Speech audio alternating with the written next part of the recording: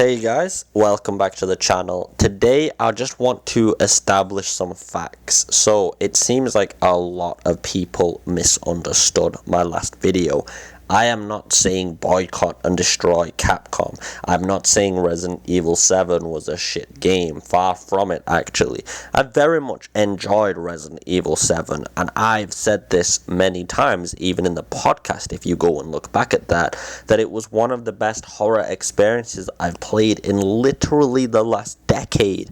I was so fucking frightened through all of that game. Even when there was no enemies around, I was completely on the edge of my seat. And I do think the virtual reality was implemented to a heavily good degree. It's just there was a lot of cut content, and I think criticisms do deserve criticisms. So if you look at Revelations, they did the same thing with the Chris clone, and after they decide to change the direction or they change and cut things, they don't inform anybody. And other game developers, like say for example the people that make Witcher, they wouldn't do the same thing here. They would actually address things properly and thoroughly. Now, I just want to say in this video, I'm going to be going over the good points of Resident Evil 7 to try to balance out the last video.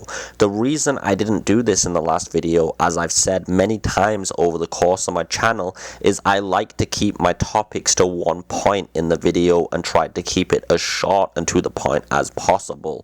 So I'll be going over everything I did actually enjoy in this video, because I do believe that it was a great game and it deserves praise as well.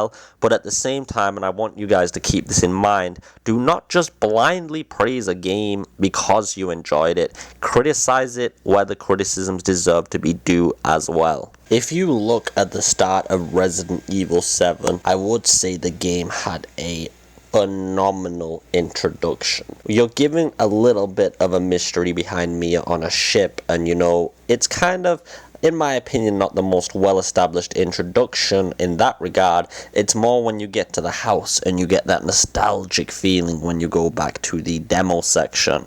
Now, this was actually really well done in my opinion, because it's a slow start, and I think to a horror game it allows you to really get that unnerving feeling, like the calm before the storm, and I'm sure that resounds in many of your opinions. It was bright, the environment, you're just in a nice little foresty area, and then the moment you go into that guest house and the door slams shut, it is literally pitch black, and that's when you know the horror is about to begin.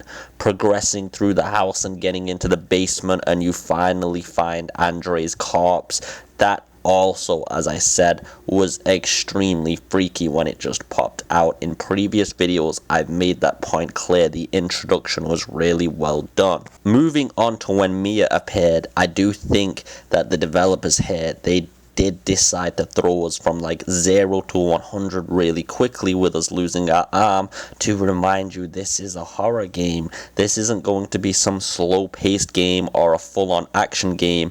You are going to feel helpless. You are going to be destroyed. And I really appreciated that. Like, losing your arm is not a small thing in a game. Now, on top of that, when we get to the dinner scene in the bakers, and then you finally get all of the bakers separating and you just encounter Jack, well, I actually appreciate that each enemy type was basically separated into its own section. So Jack is more the Nemesis style opponent, which many people have said, and to elaborate on that, you're kind of just walking through the environment, you have to get to your objective, but you're never left alone. There is this constant brutal assault from Jack. It's not light either. In my playthrough especially, he was like camping the objective locations, so I actually had to confront him and bait him away to get my objective done. But it's not like you get any time of freedom from him. You have to collect things while you're still having to dodge his attacks, and that felt completely intense and scary. The horror in this game was one of the best, as I said, in the last decade. I give it a solid 8 to 9 out of 10 on gameplay alone.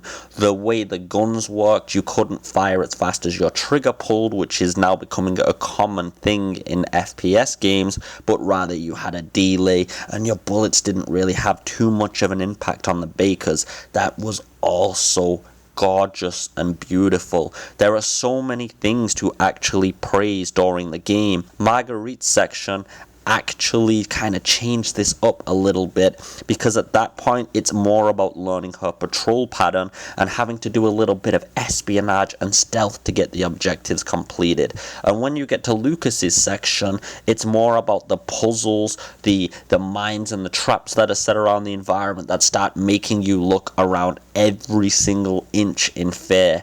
And even the boxes at that point have time bombs in them, and you literally have to go up to them and listen for that little tick-tock, tick-tock to know whether you're going to take a bunch of damage or whether you're going to get an item. They reversed all of the gameplay design that we'd felt at that point, which is a good thing from a horror perspective, because it actually threw us on our toes. It kept the game fresh. It's not as if when you progress through the game you start to get used to it, you start to get skilled. I'm sure a lot of people know other games that once you've gotten used to the mechanics, the later sections of the game become much easier. But with the diversity in enemy types and the way we had to address them, it's like you had to relearn each section individually. Now, I appreciate all of this. As I said, I think a lot of people have misunderstood my last video. I did not hate Resident Evil 7. I really enjoyed Resident Evil 7. I just think criticisms need to be given where they're due. And I don't understand why so many people disagree with that. Why would you try to say stuff like Mia appearing on a boat is going to be explained in Resident Evil 8? That makes absolutely no sense. It's a cop-out. And when you say you're looking into it too much, that's also a cop-out. You can't just say that, or else at this point we may as well just say Ethan's Wesker, and if anybody disagrees, you're looking into it too much. Like, it's a bad argument to make against it.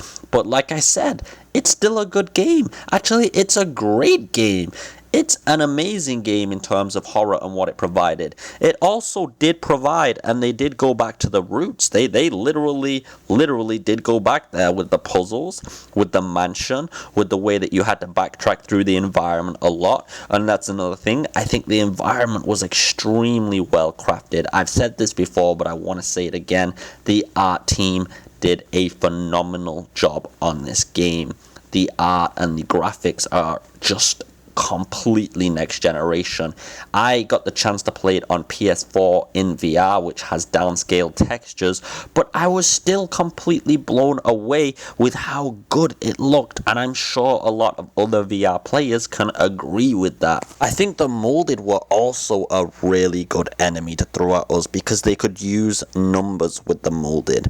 This is obviously what they meant with classical zombies, but in a new form, and the level of aggression with the molded really got to me.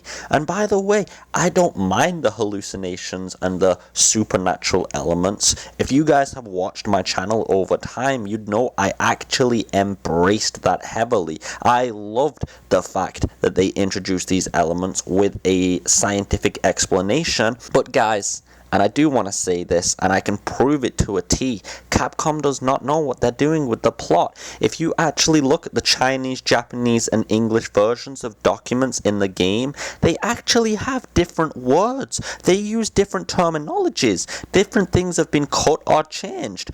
Why is that? It's not localization. These things actually change up the plot entirely based on what's said. It's because they don't know. From a plot perspective, Capcom's going downhill. From a gameplay perspective, Capcom is making incredible strides. They have gone all in and provided an amazing gameplay experience.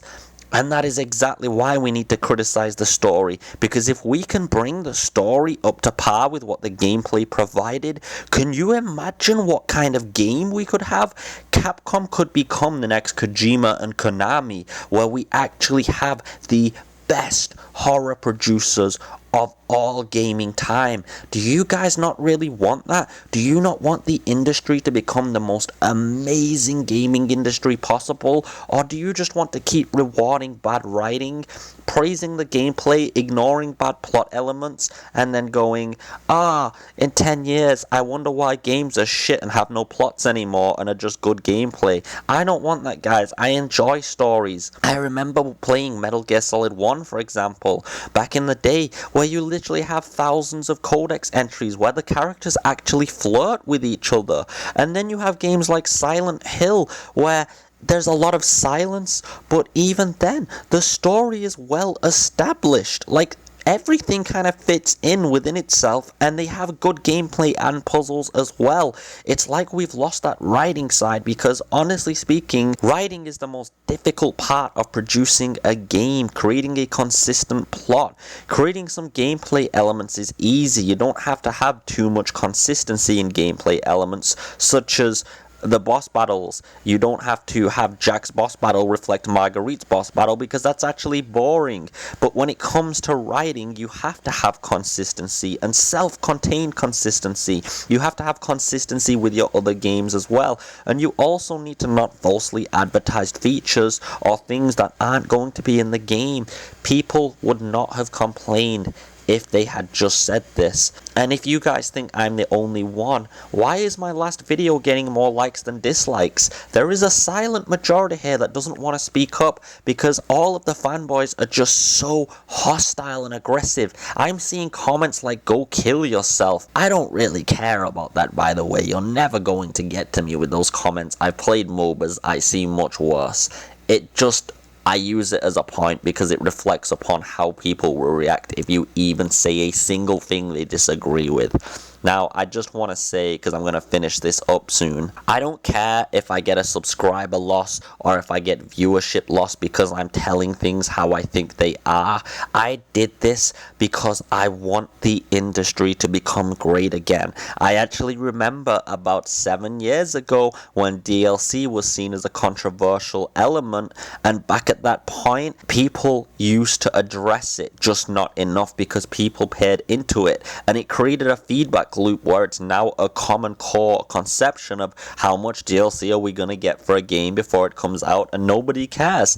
Take paid modding, that's the next thing they're going to do. Corporations are set up to minimize effort and maximize profit, and you can see that resounding in the world. Companies will pay people minimum wage, not give them health benefits, and they're earning billions to trillions themselves. This is also how corporations are with stories. You can see it resounding in other industries, such as the anime industry, where the same tropes are being used because nobody wants to write originally. So now it's up to you guys. Do you want good writing with your gameplay, or do you just want good gameplay? As I said, I loved Resident Evil 7's gameplay. I just think it deserves some fair criticisms, that's all. And I don't care if people disagree with that. I will put my opinion out there as always.